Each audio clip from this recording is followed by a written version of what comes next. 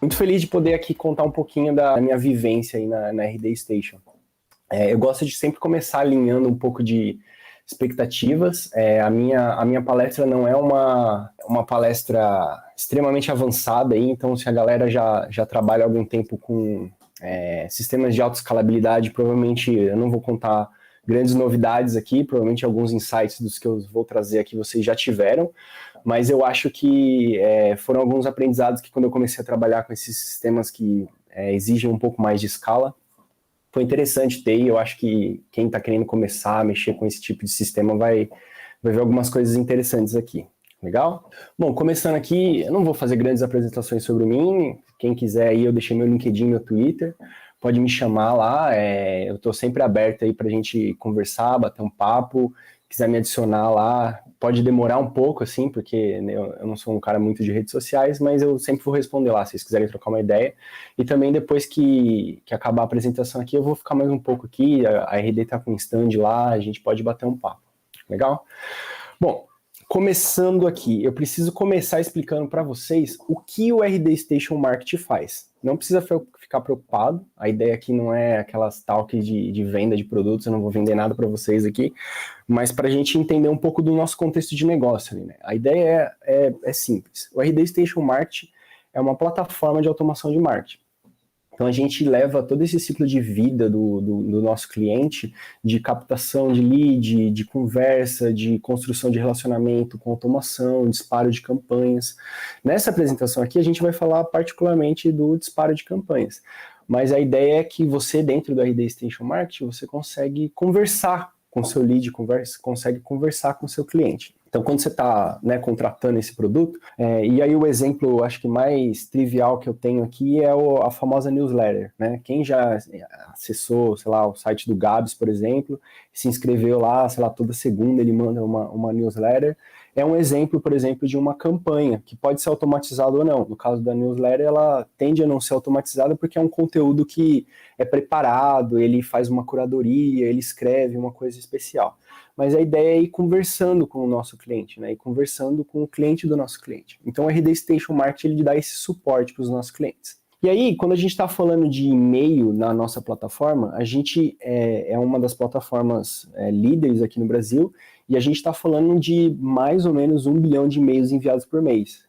Isso eu estava falando lá em 2019, o dado atualizado agora, a gente está chegando próximo de 2 bilhões, mais ou menos, de envio por mês. E esse envio, esse disparo, ele é fragmentado ao longo do mês. Então, ao longo do mês, no mês de janeiro, fevereiro, a gente tem esse volume de disparos de e-mail. E o que é esse disparo? E aí desde automações que a gente tem, que o cliente pode configurar para conversar com, por exemplo, quando você faz uma compra, você recebe aquele e-mail de o seu produto está a caminho, ou situações como a própria newsletter que o cliente quer enviar, ou às vezes convites de evento, eu vou fazer um evento XPTO, ou promoções, por exemplo, você se cadastrou, por exemplo, na americanas.com, porque você quer saber quais que são as novidades, os produtos que estão saindo com desconto, e a Americanas, por exemplo, pode usar um software que nem o RD Station para enviar essa campanha para você, para sua família e coisas do tipo. E aí o que acontece? Como é que a gente sabe que essa campanha, esse disparo que foi realizado, como é que a gente sabe que ele foi um sucesso? Porque, por exemplo, a gente criou uma campanha lá promocional falando que o PlayStation 5 está na promoção. Como é que eu sei que aquele e-mail foi bom o suficiente, que muitas pessoas abriram aquele meu e-mail, que eles clicaram naquele e-mail? O que acontece é que toda vez que a gente dispara um e-mail no RD Station, ele gera eventos. Então, toda a iteração que você tem com aquele e-mail que chega na sua caixa postal, ele gera um evento. Quando você abre, quando você clica num link dentro desse e-mail, quando você manda para spam, qualquer interação que você tem com aquele e-mail que está na sua caixa postal, ela vai gerar um evento, no nosso caso, o nosso fornecedor é o SendGrid, vai gerar um evento para o SendGrid, e o SendGrid vai enviar isso para a plataforma da RD Station, e a gente tem a responsabilidade de processar esse evento. E aí, o que eu quero dizer com processar? A gente vai criar o vínculo entre a campanha que foi disparada, entre o cliente que foi disparado, a gente vai fazer contabilizações de quantas pessoas abriram aquele e-mail, quantas pessoas clicaram naquele e-mail, a gente faz uma série de transformações, porque o que é interessante para os nossos clientes não é o dado bruto. Eu não quero saber quantos eventos foram gerados, que aqui no nosso exemplo, cada e-mail que é disparado, ele gera entre 3 a 5 eventos. Pode ter mais eventos que isso, a pessoa pode abrir várias vezes, ela pode clicar no link várias vezes, mas em média é de 3 a 5 eventos. E esse dado, ele para o nosso cliente final, ele só é relevante quando a gente transforma ele em uma informação útil.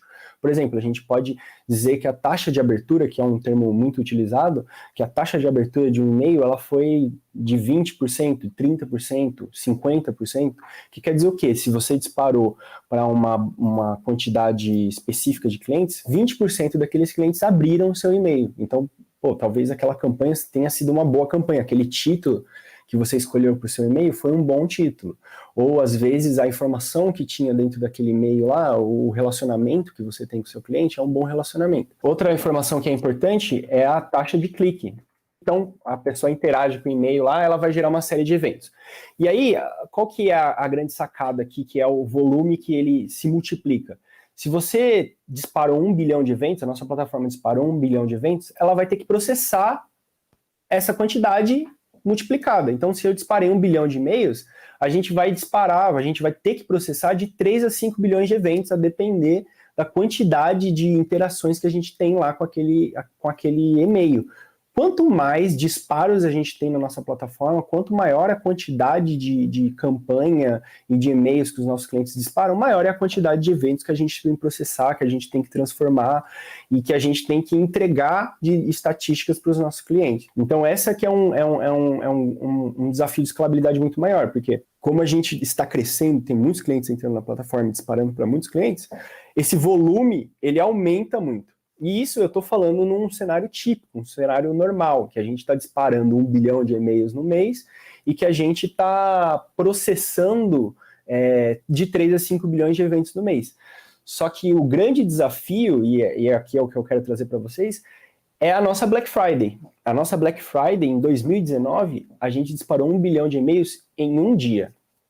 Aí eu estou falando de horário comercial, começa às 7 horas da manhã, e tem alguns clientes que disparam um pouco antes ali para tentar pegar um lugar melhor na caixa de entrada e coisas do tipo, mas a gente está falando de 7 horas da manhã até 3, 4 horas da tarde. Então a gente teve um volume de disparos de 1 bilhão de e-mails em um dia. E isso quer dizer o quê? Isso quer dizer que eu tive que processar lá na nossa plataforma de 3 a 5 bilhões de eventos. Em alguns cenários, se eu não me engano, o volume em 2019 foi próximo de 4 milhões e meio. E aí, a grande questão é, legal, como que foi essa Black Friday em 2019? Assim, foi um desafio. Eu gosto muito desse GIF, porque ele fala muito, assim, como foi complicado a gente lidar com aquela situação, assim. Eu lembro que em 2019, eu entrei na RD em 2019, e a semana da Black Friday foi a semana que eu efetivamente cheguei no time. Né? Eu nunca tinha participado de nenhum software ou nenhuma empresa que a Black Friday tinha um impacto direto, né? Porque a gente tem algumas empresas que têm impactos indiretos, que elas vão processar compras ou vão lidar com clientes e back-offices e coisas do tipo. Mas a RD foi a primeira empresa que eu vivi a Black Friday de frente, porque o volume de iterações que a gente tem, tanto de disparo de campanha, abertura de landing pages, iterações com os clientes, é muito alto. E a Black Friday é um desafio muito grande. E lá em 2019 era a minha primeira semana que eu tinha chegado no time, estava me situando ainda, não entendia muito do contexto de e-mail, e já veio essa bomba de disparo, e a gente teve um incidente na época que foi muito, muito grande, assim, mas a gente conseguiu contornar, e foi ali que a gente começou esse trabalho de reformular a pipeline de estatísticas, que eu percebi que a gente percebeu, né, como time, era um momento que a gente tinha que refazer isso, porque não tinha mais condição de lidar com aquilo. E aí, esse vem o primeiro aprendizado ali, que na época eu acho que o time teve, que foi a questão de usar os dados para projetar a sua carga. Então, quando a gente está falando de uma empresa que ela já tem algum tempo e ela está na escala, ela tem dados históricos para entender qual que é a volumetria que ela vai lidar, pelo menos no próximo ano, nos 2, 3 próximos anos. Óbvio, isso não é uma projeção exata, porque a gente está falando de uma projeção, coisas podem mudar, variáveis podem influenciar para mais ou para menor, mas é um desafio que quando você olha e fala assim, não, deixa eu pegar os meus dados históricos e olhar aqui, por exemplo, depois que a gente fez os nossos estudos, ficou muito claro para a gente que tem datas específicas dentro da nossa plataforma que o volume de disparo de e-mail é maior. Então, por exemplo, a Páscoa é um volume que a gente tem maior de disparo de campanhas. E aí, quando a gente começou a reformular a pipeline de estatísticas, a gente já sabia que o nosso primeiro desafio era a Páscoa, porque a gente já estava com um crescimento alto, a plataforma estava no limite, ela estava lidando ainda, mas ela estava no limite, e se a gente tivesse um fluxo concentrado, que nem foi o da Black Friday, a gente ia ter um problema. E aí ficava claro que na Páscoa ia ser o próximo desafio que a gente ia ter. Não comparado com a Black Friday, porque eu acho que nenhum dia se compara com a Black Friday, mas era um desafio que a gente ia ter. Esse aqui é um modelo bem simplificado de como era a nossa arquitetura antiga. Então a gente tinha uma API escrita em Ruby, ela basicamente recebia um evento, processava esse evento, colocava num Redis para um sidekick, para ele poder processar essa informação logo na sequência, e o sidekick era responsável por transformar esse dado de acordo com a necessidade, colocar em bancos de dados específicos que a gente precisava, fazer chamadas para APIs, e isso era como era a nossa arquitetura antiga. Na época, os dois principais problemas que a gente teve era o tamanho do Redis, que ele é limitado, ele não é infinito, não tem Redis infinito, e esse foi o primeiro problema, porque como a gente tinha um volume muito concentrado ali, a gente precisava de mais espaço no Redis e não tinha como. E o segundo problema era a vazão que esse sidekick dava para esses eventos. Então ele não conseguia dar uma vazão na velocidade que os eventos chegavam para a gente. E aí, sem a gente ter feito essas projeções que eu tinha comentado antes, a gente não conseguiu entender que a gente tinha um problema claramente ali, que se viesse o volume de dados que a gente estava esperando, a gente ia quebrar. E aí, na época, a gente teve um incidente, a gente fez um pós-mortem para estudar a solução, e ficou muito claro que a gente precisava redesenhar essa arquitetura, porque ela não ia suportar uma nova Black Friday, ela não ia suportar nem a evolução da empresa ao longo do ano, e muito menos uma próxima Black Friday que tenderia a ser maior. E isso a gente fez o pós-mortem, só que para a gente começar a estudar essa solução, a gente só ia começar a estudar essa solução em janeiro, depois das férias, a gente tem férias no final do ano, e aí vem o segundo aprendizado, que foi com relação aos dados, né? A gente tem alguns dados que elas têm um tempo de vida limitado, e aí aqui o meu exemplo, que é muito fácil de identificar, é o Datadog. Na época que a gente teve o nosso incidente, a gente tinha muitas informações dentro do Datadog, informações de requisição, quantas requisições por segundo, qual que era a latência dessas requisições, qual que era o throughput dos nossos workers. A gente tinha todos esses dados muito fácil no Datadog. Só que o que acontece? O Datadog ele tem um tempo de vida, assim como qualquer plataforma que você contratar como serviço, a sua informação ela tem um tempo de vida. E vai depender, obviamente, de quanto você paga por aquela informação. Então, você pode pagar mais para aquela informação ela persistir mais tempo no seu tempo de vida, mas quanto mais você deixa essa informação lá, mais caro fica. E a gente tinha um limite, se não me engano, que era de 3 meses. E o que aconteceu? Quando a gente voltou das férias para fazer essa análise de dados, para a gente olhar para isso, essa informação ela não estava mais disponível no Datadog. Então, a gente tinha essa informação disponível em outros lugares, como o Data Lake, no pós-mortem que a gente fez, mas a gente não tinha essa informação fácil, como seria no Datadog lá, colocar um período de tempo e extrair essa informação. E aí a gente teve que fazer um trabalho de ir lá no nosso Data Lake, coletar esses dados, fazer uma transformação desses dados para tirar uma informação mais precisa do que a gente precisava, porque o que tem no nosso Data Lake são dados brutos. E aí aqui é um aprendizado que eu acho que é muito importante, da gente, quando você tiver um problema, ou quando você estiver fazendo uma análise, você separar dados específicos dessa análise, ou separar dados específicos desse problema no momento que você está com eles. Porque se você acaba esperando muito tempo, pelo motivo que for, assim, às vezes a gente tem outras prioridades, às vezes pode ser umas férias mesmo, mas você pode ter um problema depois de ter mais dificuldade para conseguir esses dados. No nosso caso, a gente tinha o Data Lake, mas se a gente não tivesse o Data Lake, por exemplo, a gente não ia ter essa informação na mão para poder lidar com isso. E aí, quando a gente está falando aqui, por exemplo, esse aqui é um desenho da nossa nova arquitetura. Ela foi bem simplificada e a gente conseguiu desacoplar ela dos nossos sistemas, porque a arquitetura antiga ela era muito acoplada com as APIs, ela era muito acoplada com o nosso Redis, que a gente tinha essa limitação, e aí agora a gente redesenhou ela para ela rodar em cima do PubSub, rodar em cima do Dataflow, e isso foi um limite de memória que nem a gente tinha no caso do Redis. E se a gente não tivesse o Data Lake para tirar essas informações, a gente teria perdido muita coisa no sentido de qual que é as restrições que a gente precisava atender, porque a gente não queria só redesenhar a nossa arquitetura simplesmente porque a gente achava legal. A gente tinha uma restrição de negócio, um limite, por exemplo, o volume de dados que a gente precisava lidar, e a gente precisava atender esse volume de dados, mas a gente também precisava atender a expectativa, ao menos a expectativa que o nosso sistema atual já entregava. Por exemplo, a gente precisava entender qual que era a latência que o nosso sistema atual entregava, e esse desenho novo de arquitetura, ele precisava, ao menos, entregar uma latência parecida, porque senão os nossos clientes iam começar a ter que esperar mais tempo para receber uma informação de como que a campanha deles performou melhor. E aí, o que acontece? Outra insight que a gente teve aqui, que foi muito valioso, investir muito tempo no nosso design doc, né, no desenho da solução. Lá internamente a gente chama de design doc, mas eu acho que o desenho da solução, né, você investir tempo em estudar qual que é o problema que você quer resolver, você estudar quais que são as restrições que o seu negócio impõe para a sua solução, porque se você não gasta tempo investindo em entender quais que são os problemas, quais que são as restrições, quais que são as dificuldades, e aí não a nível de arquitetura, mas a nível de negócio mesmo. E aí aqui eu vou dar um exemplo que foram os problemas que a gente identificou quando a gente estava fazendo esse desenho de solução. Então a gente tinha escalabilidade limitada, como eu comentei, o Redis ali, ele dava um teto para a gente muito forte. A gente tinha muito acoplamento no Redis e no Sidekick, a gente não conseguia se livrar deles.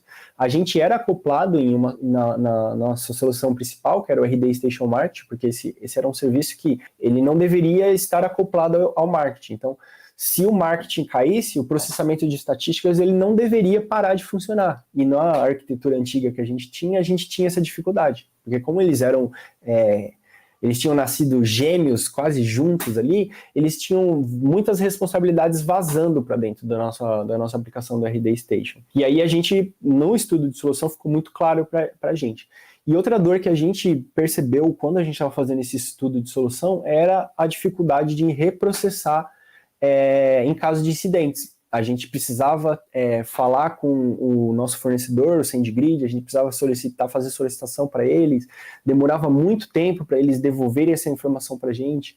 Cada vez que a gente abria o chamado, a gente tinha que lidar com um atendente diferente, então eles mandavam informação em formatos diferentes, então a gente não conseguia automatizar essa informação, a gente não conseguia fazer uma script, por exemplo, que ia pegar esse dado do SendGrid e disponibilizar ele. Então, esses foram os problemas que a gente levantou quando a gente estava fazendo o Design Doc. E outra oportunidade que a gente teve no Design Doc é de aprofundar melhor por que a gente escolheu certas ferramentas. Então, por exemplo, duas das nossas escolhas que a gente teve lá quando a gente estava desenhando essa solução foi o PubSub e o Dataflow. O PubSub é um sistema de mensageria e a gente tem algumas oportunidades diferentes para escolher um sistema de mensageria. A gente poderia, por exemplo, usar na nossa infraestrutura, a gente já tem gente usando o ActiveMQ. A gente tinha uma oportunidade, por exemplo, de colocar um Kafka aqui, mas para a gente, quando a gente estava estudando essa arquitetura, ficou muito claro para a gente a utilização do PubSub, por algumas vantagens. Então, aqui tem algumas das vantagens, mas eu acho que uma das coisas que fez a gente optar principalmente pelo PubSub não tem custo de operação. Você, diferente de um Kafka, por exemplo, que você vai subir na sua infraestrutura, você não tem que gerenciar ele, você não tem que cuidar de atualizações e coisas do tipo, e ele é extremamente simplificado, ele é extremamente simples para você sair e começar a usar o PubSub. Você vai ter 3, 4 configurações. Na época a gente não estava usando Terraform, porque se a gente estivesse usando Terraform que nem a gente está hoje, seria ainda mais simples, seria copiar e colar 2 linhas e tá funcionando o nosso PubSub configurado, mas mesmo que você não tenha algo do tipo, é muito fácil você sair usando o PubSub, e é muito simples a configuração dele, ele te entrega uma escalabilidade muito, muito alta, você não precisa ficar provisionando. Ele tem limitações que a gente estudou no nosso caso do Design Doc, limitações de mensagem, de tamanho de mensagem, de cobrança de custo, que você tem que ficar atento para você não cair quase numa cilada ali de, olha, eu vou usar o PubSub, mas eu vou pagar mais caro do que eu preciso pagar.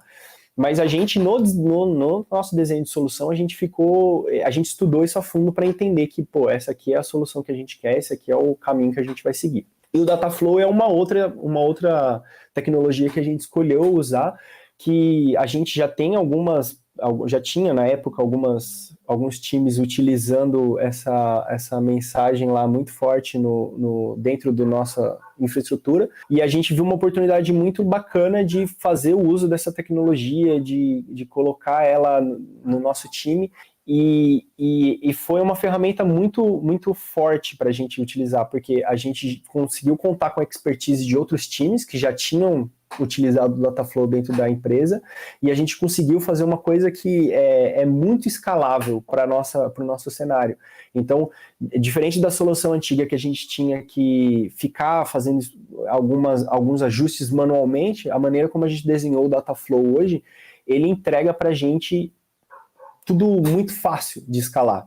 Só que isso vem a um ponto que é o que a gente levantou, que é escalabilidade também é sobre custo. É outra coisa que a gente, no nosso desenho de solução, a gente investiu bastante tempo, e é um insight que eu acho que vale trazer aqui para vocês, porque quando a gente está falando de escalabilidade, a gente costuma falar muito de, vamos colocar um serviço vamos fazer replicação, vamos colocar mais pods, vamos colocar aqui. Só que a gente precisa estudar também que escalabilidade também é sobre custo. A gente também precisa estimar quanto que vai custar fazer uma solução, quanto que vai custar desenvolver aquilo, quanto que vai custar colocar aquilo no ar.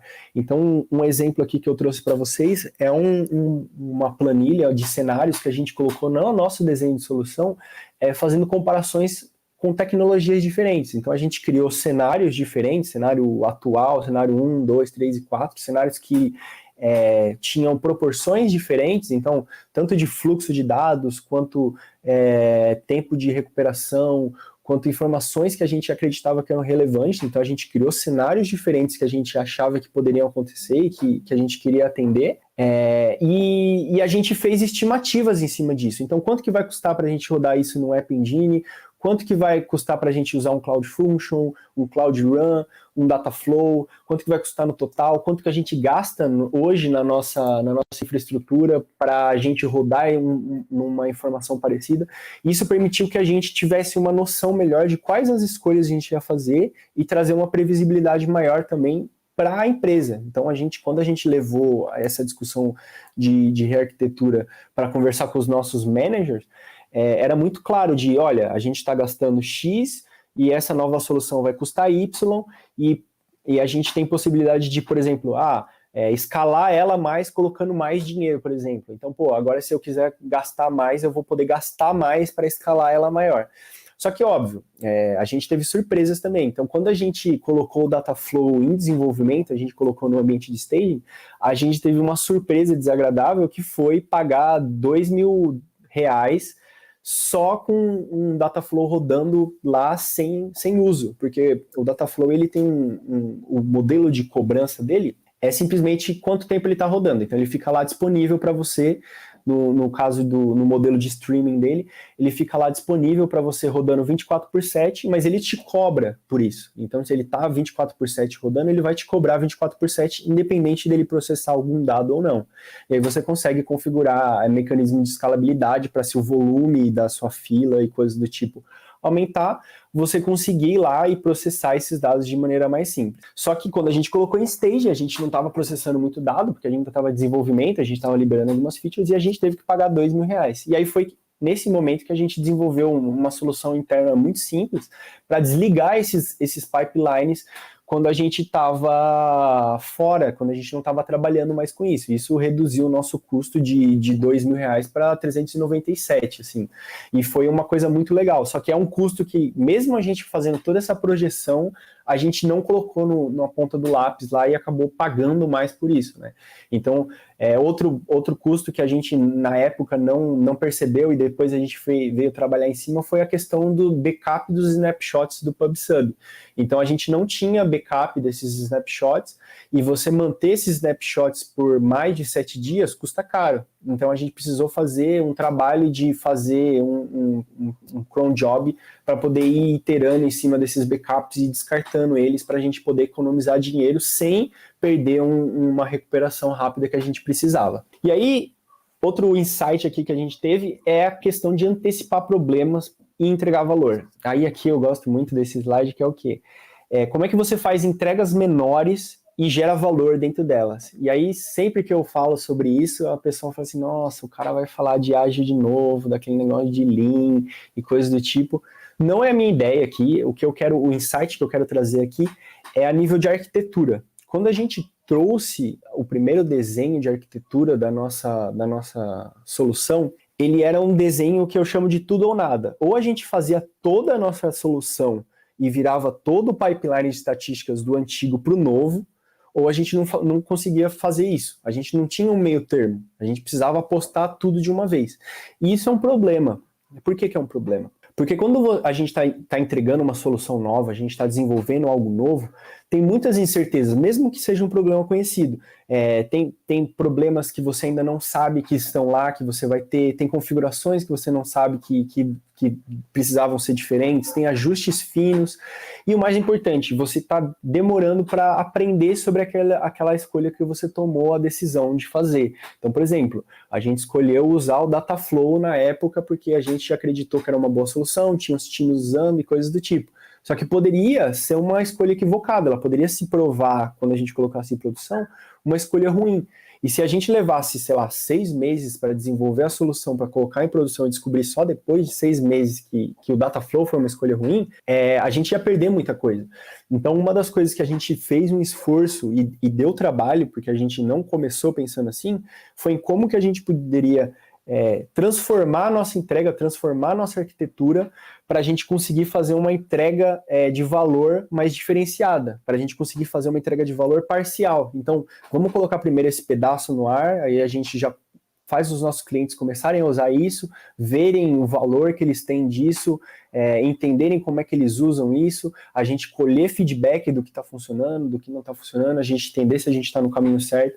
Então a ideia aqui é que quando você estiver desenhando uma arquitetura ou uma funcionalidade qualquer, que você estiver desenhando essa solução, você pensar em como que você consegue quebrar ela para você aprender sobre ela mais rápido. Porque as decisões que você toma no seu desenho de arquitetura, mesmo que você seja embasado em dados, mesmo que você tenha muita experiência com o que você está fazendo, elas em produção, elas têm muitas variáveis que não necessariamente você conta. Então, se você consegue fatiar essas entregas e ir aprendendo ao longo do tempo, você vai ter uma vantagem muito grande. E aí, tem um outro aprendizado aqui que, inclusive, gerou o time que eu trabalho hoje, que é o time de DevTools, que é com relação ao que não é coisas de negócio. Então, o que acontece? Tem muitas coisas na nossa arquitetura que elas não fazem parte do contexto de negócio. Então, quando a gente está falando de um disparo de e-mail, tem muita coisa ali que não faz parte do negócio, que não faz diferente para o nosso cliente se tem ou não, né? Então, por exemplo, aqui você está desenvolvendo uma feature, qualquer que seja, é muita coisa que está envolvida naquela feature. Então, a gente está falando de log, a gente está falando de deploy, a gente está falando de autenticação, a gente está falando de circuit breaker, CI, rate limit, tracing, PubSub, e todas essas coisas que a gente está falando, elas não são coisas que são importantes para o nosso cliente. Nosso cliente final, para ele não faz diferença, por exemplo, se tem um CI rodando ou não. Faz diferença para ele se você está colocando bug em produção toda hora ou não. Isso vai incomodar ele. Mas se você está fazendo o deploy disso automático ou não, ele não dá a mínima para isso. Se você está usando o Circle CI ou se você está usando o Travis, para ele não faz diferença. Só que quando a gente está falando de escala e quando a gente está falando de desenvolvimento de software profissional, isso faz diferença, você precisa se preocupar com isso. Então você precisa, por exemplo, quando a gente estava desenvolvendo o nosso novo sistema, a gente teve que se preocupar com a questão de autorização no nosso webhook, porque não dava para a gente simplesmente ir lá colocar um novo endpoint aberto, que qualquer pessoa podia publicar um evento lá, qualquer pessoa mal intencionada podia acessar esse endpoint, começar a atacar a nossa infraestrutura, por exemplo, e abrir uma brecha de qualquer tipo. A gente teve que ter essa preocupação em desenvolver. E uma das coisas que a gente percebeu enquanto desenvolvendo essa solução é que precisa ter um cuidado com essas coisas. Ela não era complexa. Só que como a gente tinha muitas peças que a gente precisava ajeitar ali na nossa entrega de solução, a gente teve que fazer um trabalho extra de, peraí, deixa eu ajustar isso, deixa eu colocar isso nesse lugar aqui, deixa eu mover isso para cá. E um dos aprendizados que gerou dentro da nossa empresa é que hoje a gente tem um time, que é o time que eu estou hoje atualmente, que eu vim trabalhar nele, que vai cuidar disso. Então a gente tem um time que vai desenvolver ferramental para a gente acelerar as entregas no CI, que vai cuidar de como ferramentas que entregam tracing, alerta, roteamento de deploy, logs, de maneira mais fácil para o time. Para o time, ele não ter que se preocupar com essas tantas coisas que estão aqui nesse slide. Para o time conseguir olhar só para a feature dele que ele está entregando. Então, isso é uma coisa que, óbvio, dependendo do tamanho da sua empresa, isso não vai ser tão fácil de você ter um time dedicado para isso, mas se quando você estiver fazendo o seu desenho de solução, você conseguir separar essas coisas, olha, isso aqui é para atender o requisito de negócio e isso aqui é para atender um requisito de engenharia. Isso aqui log, vai ter log na minha aplicação, vai ter tracing na minha aplicação, eu vou colocar um CI na minha aplicação, essas tarefas aqui, elas são requisitos de engenharia, de qualidade de engenharia. Você consegue, mais para frente, conversar com o seu manager, conversar com quem está liderando o time ali, e mostrar para ele, olha, de negócio mesmo, a gente trabalhou esses 10% aqui, esses outros 90% aqui foram features que a gente precisa entregar, mas por a gente não ter facilitado aqui na nossa empresa, a gente teve que desenvolver. E aí o próximo time que vier desenvolver alguma coisa do tipo, ele vai ter que desenvolver esses 90% também. Então, às vezes, vale a pena você gastar tempo. Por exemplo, o nosso PubSub, a gente tem uma lib que a gente desenvolveu internamente para ela abstrair a integração com o PubSub. Então, se amanhã, por exemplo, por algum motivo, a gente olhar e falar assim, olha, não quero mais usar o PubSub, agora eu quero usar o Kafka. A gente consegue ir lá, na nossa gema, ir lá e substituir o PubSub pelo Kafka, sem precisar impactar os nossos sistemas. A gente não precisa redesenhar sistema, a gente não precisa redesenhar comunicações, porque a gema abstraiu isso. E se outra pessoa, outro time, vier desenvolver um sistema que ele precisa conversar com o PubSub, ele não precisa fazer isso de novo. Ele vai lá e vai usar a nossa gema e a entrega para o PubSub já está facilitada para ele. Então essa é uma coisa que foi muito valiosa para a gente, foi um aprendizado que a gente teve muito forte, a gente está investindo cada vez mais nisso, em facilitar os times, as entregas dos times, para a gente poder avançar mais rápido quando a gente está falando de novas features ou novos serviços, ou enfim, qualquer coisa que seja nova para a gente entregar para os nossos clientes. Então a gente consegue ganhar velocidade aqui. E aí, mais um insight que eu acho que é muito importante, que eu acho que é assustador, incidentes vão acontecer. A gente tem a ilusão, e eu acho que depois de trabalhar quase 1 ano e meio com um sistema de alta escala, incidentes vão acontecer, problemas vão acontecer. O grande desafio, a grande situação aqui que a gente precisa lidar é como que você se recupera rápido disso, como é que você se identifica rápido que, peraí, eu estou tendo um problema, e como que você se recupera rápido desse problema. Então, um exemplo aqui que eu trouxe para vocês é quando a gente colocou a primeira wave que a gente fez, o primeiro entregável que a gente fez, a gente colocou ele em produção, a gente conectou esse sistema novo no Redis do nosso sistema principal, do Station. Então a gente falou, a gente consegue cortar caminho aqui e colocar algumas mensagens aqui dentro. E aí o que aconteceu é que ele quase explodiu. A gente tinha um limite de 50 gigas ali no nosso Redis, e ele quase explodiu, porque a gente estava tirando as mensagens do PubSub e colocando no Redis. Óbvio, agora olhando para trás, parece uma ideia horrível, não sei como é que a gente teve coragem de fazer isso, mas na época pareceu uma boa ideia. Felizmente, a gente tinha se preparado no nosso desenho de solução como é que a gente ia lidar com qualquer imprevisto do tipo, que a gente percebesse que a gente estava afogando o sistema seguinte. E aí a gente já tinha uma estratégia traçada, a gente já tinha um passo a passo bolado para a gente desligar alguns processadores e evitar um problema maior. E esse foi um aprendizado forte, por quê? Porque mesmo que a gente não estivesse trabalhando para causar um incidente, a gente já tinha se atentado ao que fazer caso a gente tivesse algum problema, a gente tinha pensado em possíveis soluções, a gente tinha pensado em possíveis problemas que a gente podia ter. Outra coisa que a gente fez com relação aos incidentes é teste de carga. Então quando a gente colocou no ar, quando a gente fez algumas POCs no começo para o nosso sistema, a gente já fez alguns testes de carga para entender o que a gente estava esperando, o que o nosso sistema atendia hoje. Mas depois que a gente colocou a solução final no ar, a gente rodou uma bateria de testes dentro dessa solução para entender quantos pods eram necessários para a gente atender um número X de requisições por segundo, quanto que a nossa API precisava ter de disponibilidade para atender isso, quais que eram as configurações de CPU e de memória para a gente poder lidar com aquele tipo de escala, e isso deixou muito claro quais que eram os limites da nossa entrega. Então, hoje a gente consegue claramente dizer, olha, se a gente bater aqui, a gente tem um problema. Enquanto a gente não bater aqui, a gente tá tranquilo, a gente consegue lidar, mas se bater aqui, a gente vai passar a ter um problema. E a gente sabe que se a gente bater aqui, a gente pode aumentar CPU, a gente pode mudar o número de pods, a gente consegue fazer uma série de modificações para conseguir atender isso, enquanto a gente lida com outro tipo de problema. Então, os testes de carga ajudaram muito a gente a entender como é que a gente ia lidar com essa situação no futuro, em qualquer tipo de problema. E uma outra entrega que a gente fez nesse desenho de solução é o reprocessamento de incidentes. Como eu comentei antes, era muito difícil antes a gente reprocessar incidentes. Qualquer problema que a gente tivesse na nossa API de eventos, a gente precisava solicitar para o SendGrid esses eventos de novo, e aí levava um tempo, o time tinha que entender, eram 2, 3, 4 e-mails para a gente chegar num acordo do que a gente precisava, levava tempo para eles extraírem essa informação do lado deles, e a gente desenhou um pipeline de reprocessamento nessa entrega também. Então a gente desenhou uma solução que todo evento que chega na nossa API, se ele der algum tipo de erro, ele vai ser logado, a gente vai jogar ele num Logstash, vai processar ele e vai deixar ele disponível no BigQuery.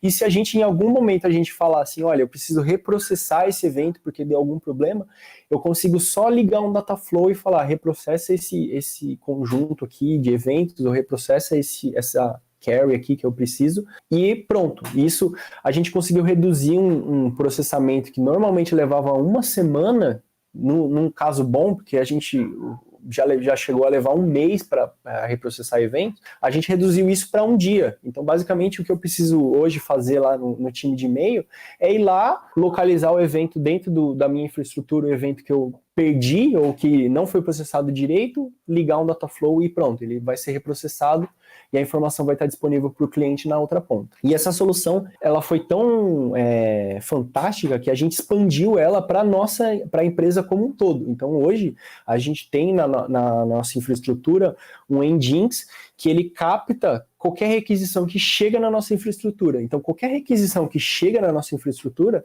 ela tem a capacidade de ser reprocessada. A gente está evoluindo a parte de reprocessamento automático, porque envolve uma série de coisas aí, né? Desde autorização do cliente, tokens inválidos, formato de request, mas a gente já tem a informação disponível para reprocessar. Então hoje a gente salva todas as requests que entram na nossa infraestrutura, elas já são salvas no nosso Data Lake, e se qualquer problema vier a acontecer, o sistema caiu, o RD Station está fora, a nossa API de processamento está fora, qualquer problema que vier a acontecer, a gente consegue ir lá no Data Lake, pegar esse dado e falar assim, beleza, deixa eu reprocessar ele aqui, deixa eu refazer esse dado aqui e disponibilizar ele para o nosso cliente, pelo motivo que for, que de repente a gente caiu, de repente aconteceu alguma coisa, algum imprevisto. Bom, para fechar aqui, vamos fazer um recap aqui dos pontos que eu trouxe para a gente. Primeira coisa, projeção de dados. Usar os dados para projetar e tomar melhores decisões de como e onde investir o seu tempo. A gente sabe que priorização em desenvolvimento de software é uma questão delicada, débito técnico, colocar features novas, mas quando você usa dados para projetar, quando você consegue fazer projeção de dados, fica muito mais fácil de você tomar decisões racionais e não ter grandes surpresas. Dados com tempo de vida limitado, então a gente precisa ter o cuidado de entender quanto tempo aquela informação vai estar disponível. A gente paga pelo tempo de vida de um dado, investir bastante tempo no desenho de solução. Para mim, o grande desafio é você entender bem o seu problema, entender bem quais são as suas restrições, e aí eu não digo restrições de engenharia, mas eu me refiro a restrições de negócio. O seu negócio tem restrições de tempo de processamento, latência que o seu cliente aceita, qualquer problema que o seu cliente tem, ele tem um conjunto de restrições, e entender bem essas restrições vai te ajudar a desenhar um software mais robusto. Escalabilidade também é sobre custo. A gente acaba caindo na falácia de desenhar sistemas muito, muito escaláveis, mas eles não se pagam. E não adianta você desenhar a melhor solução do mundo e mais fantástica se você não puder pagar por aquela solução. Então, quando você estiver desenhando sistemas de alta escalabilidade, é importante você olhar quanto vai custar aquela solução. Antecipar problemas e entregas de valor. Então, entregas menores, elas vão te ajudar a ganhar confiança, porque o seu time vai ganhando confiança no que ele está fazendo. Você gera valor cedo para o seu cliente, porque o seu cliente começa a ter mais valor naquilo que ele está pagando. E você consegue antecipar problemas. Então, você consegue perceber que, olha, esse caminho não é por aqui, eu fiz um bug aqui e ele está impactando menos clientes, porque você está fazendo entregas parciais para uma base menor reduzida de clientes, então você consegue antecipar esses problemas. Estar atento ao que não é parte do negócio é muito importante, porque tem muitas coisas que você não vai considerar lá na hora que você está falando da sua feature, que o seu PO está levantando regras de negócio, mas que elas são essenciais.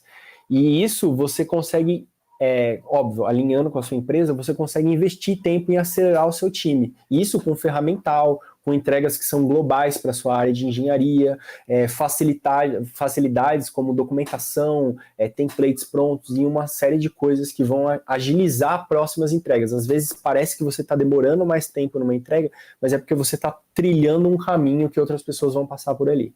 E, por último, a questão de incidentes. Incidentes vão acontecer. Aceita isso, tá tudo bem, faz parte do desenvolvimento de software incidente. O que não faz parte do desenvolvimento de software é você levar muito tempo para se recuperar. Se você não sabe o que está acontecendo com o seu sistema, isso é um problema. Então, quando você está fazendo entregas, e aí do tamanho que for, a sua preocupação tem que ser em minimizar o impacto dessa entrega, minimizar o impacto do problema que você pode ocasionar. Então, se você está fazendo uma mudança muito grande no seu sistema, convém você, por exemplo, fazer um rollout para pequenos clientes, colocar aquela solução para uma base menor de clientes utilizar, porque aí você consegue reduzir o impacto. Se tiver um problema naquela solução, o impacto que você vai ter, ou os problemas que você pode ter se aquilo não estiver funcionando direito, é muito menor. E aí, óbvio, você vai corrigir, vai expandindo e vai aumentando, mas você precisa aceitar que os incidentes vão acontecer e lidar com eles da melhor forma possível. Legal? Deixa eu ver aqui se a Paula mandou alguma dúvida. Aqui, ó, a primeira pergunta. Como vocês lidam com os serviços que precisam de mais dados do que foram enviados nos eventos de parados? O evento que vem do SendGrid para a gente, ele tem um conjunto específico de dados. Ele tem um formato que é específico do SendGrid. Dentro da nossa pipeline de dados, o que a gente faz a gente transforma esse evento para um padrão comum da RD. Então, o que a gente fez vamos supor que o evento da SendGrid vem com e-mail e user ID. O que a gente faz a gente pega esse evento, transforma para um padrão que a RD toda entende, ou seja, a partir daquele step ele não está mais no padrão do SendGrid, ele está no padrão da RD, então a gente transforma esse dado, e aí a gente coloca ele num tópico do PubSub. E quem está interessado naquele dado vai consumir essa informação. Então, quem está interessado naquele evento de abertura de e-mail, ele vai se inscrever no tópico e ele vai consumir a informação que ele quiser. Se ele só quer o e-mail do usuário, ele só vai consumir o e-mail do usuário. Se ele só quer o identificador do usuário, ele vai só consumir o identificador do usuário. Por exemplo, a gente tem um serviço que é o serviço específico de processamento de estatísticas, que ele faz contagens únicas, e contagens únicas distintas. E esse evento, ele usa 3 informações apenas. Ele não faz uso de todo o payload que vem no evento. E é só isso, ele pega essas 3 informações, o resto das informações não é importante para ele joga fora. Já o RD Station, ele tem necessidade de ter mais informações. Então, ele consome o e-mail do usuário, ele consome qual que é a campanha que aquele e-mail foi disparado, quando que foi a data de disparo, quando que a pessoa abriu, porque ele exibe numa timeline, olha, esse e-mail foi disparado tal dia, foi recebido tal dia, foi clicado tal dia, ele é uma informação mais rica. Então, cada consumidor, ele tem a responsabilidade de entender o que ele vai tratar daquele dado, o que ele quer ou não, se baseando sempre no template que a gente transformou, porque a gente garante que o e-mail vem, que o evento vem num formato específico. Foi comentado alguns pontos que motivaram a escolher PubSub e Dataflow, mas por que exatamente o Sidekick e Redis eram gargalos? Aqui, ó. Pra gente, o que aconteceu? Primeiro, o Redis, ele tem um limite de memória, que, se eu não me engano, na GCP ele é de 50 GB. E o que acontece? Primeiro que o uso de um banco de dados em memória é caro, porque quando você está falando de banco de dados em memória, você não está falando, por exemplo, de escrita em disco. Então você paga mais caro por isso, do que você pagaria, por exemplo, num banco de dados que um Postgres da vida. Isso é um detalhe importante. A segunda informação a gente tinha um limite de 50 GB.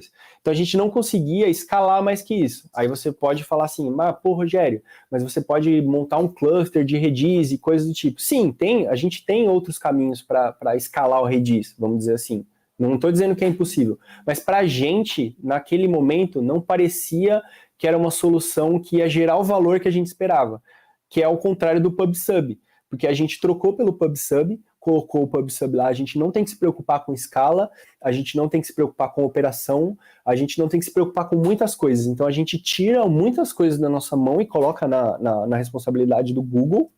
O Google se vira para escalar para a gente e a gente ganha muita coisa. Então, para a gente foi uma estratégia que pareceu muito interessante.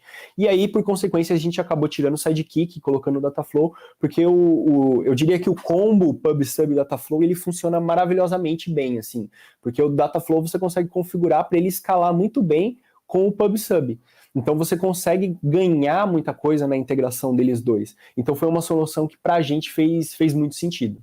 Então a ideia seria enviar o máximo de dados no payload. Sim, quando a gente recebe o evento, a gente tenta não descartar nenhum deles. A gente só transforma para o padrão que a gente construiu aqui dentro, mas a gente não descarta nenhum dado que veio no evento original. A gente só transforma essa informação para um padrão que a gente considerou válido. E aí quem vai consumir que descarta essa informação.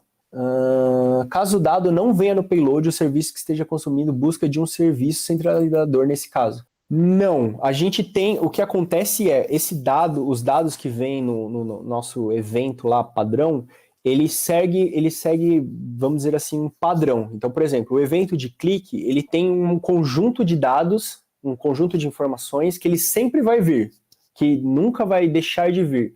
O que acontece por exemplo, pode ser o caso aqui, você está falando assim, tem o user ID nesse evento. Eu não vou enriquecer esse evento, eu não vou trazer, tem o user ID, eu vou colocar o nome, eu vou colocar a conta, eu não enriqueço esse evento. Eu só transformo ele para um padrão, por exemplo, na nossa plataforma, a gente tem uma informação que é a plataforma Account ID.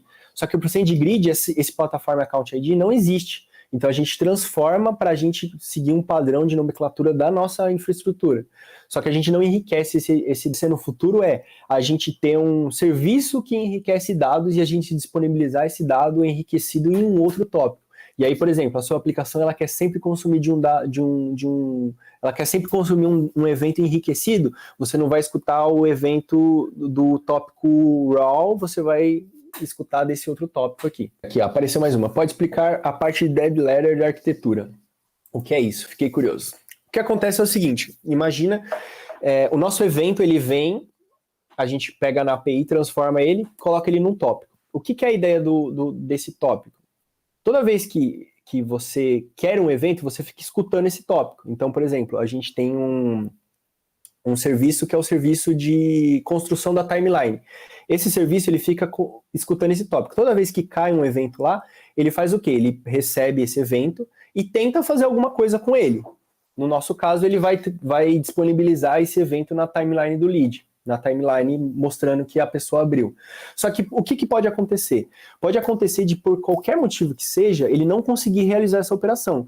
O sistema pode estar quebrado, o evento pode estar num formato ruim, qualquer motivo que seja, ele não conseguiu fazer alguma coisa com esse evento. E aí uma das etapas quando ele recebe esse evento é dar o que a gente chama de ACK, ou Acknowledge, que é o quê? É o serviço que consumiu esse evento falar, eu recebi o evento, tá tudo certo, pode remover ele da sua fila. Se o evento não conseguir fazer isso, ele vai, depois de um tempo que você configura no seu tópico, ele vai expirar. Quando ele expira, ele vai tentar enviar de novo esse evento para outros consumidores. E aí você consegue configurar quantidade de tempo que ele vai expirar esse evento e você consegue configurar também quantas tentativas ele vai fazer.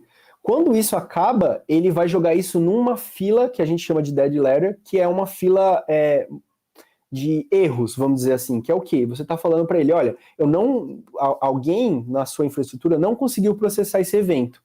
Então você precisa dar uma olhada se tem um bug no seu sistema, se tem um bug no seu consumidor, se tem um bug no seu evento. Quando a gente colocou no ar esse evento em produção, a primeira etapa, o que aconteceu tinha um caso bem específico de tamanho de payload que a gente não considerava. E era um caso muito específico e tinha, eu acho que uns 2, 3 clientes apenas que usavam. E aí o que aconteceu a gente colocou em produção e começou a cair eventos nessa dead letter, porque o consumidor ele não sabia o que fazer com esse evento, porque ele não sabia transformar aquela informação. E aí a gente teve que ir lá e corrigir isso. Então a dead letter basicamente é um caminho alternativo, porque senão o seu evento vai ficar preso num looping lá, tentando processar para sempre, mesmo você não tendo como processar aquele evento. Para quem não achou, tá aqui, ó, o evento do Code Codes, tá? Então eu deixei aqui bem escondido aqui, mas eu acho que quem não pegou tá aqui. Proteína, legal. Queria agradecer aí vocês pela participação, pelas perguntas, foi muito legal. Eu tô aí pelo stand. Se vocês quiserem trocar uma ideia comigo, vou aparecer lá no stand da RD também, estou aí pelo evento, então se vocês quiserem trocar uma ideia comigo, me adicionar no LinkedIn, Twitter, fica à vontade aí, e até uma próxima aí que eu trouxer uma outra palestra para vocês. Obrigado, viu?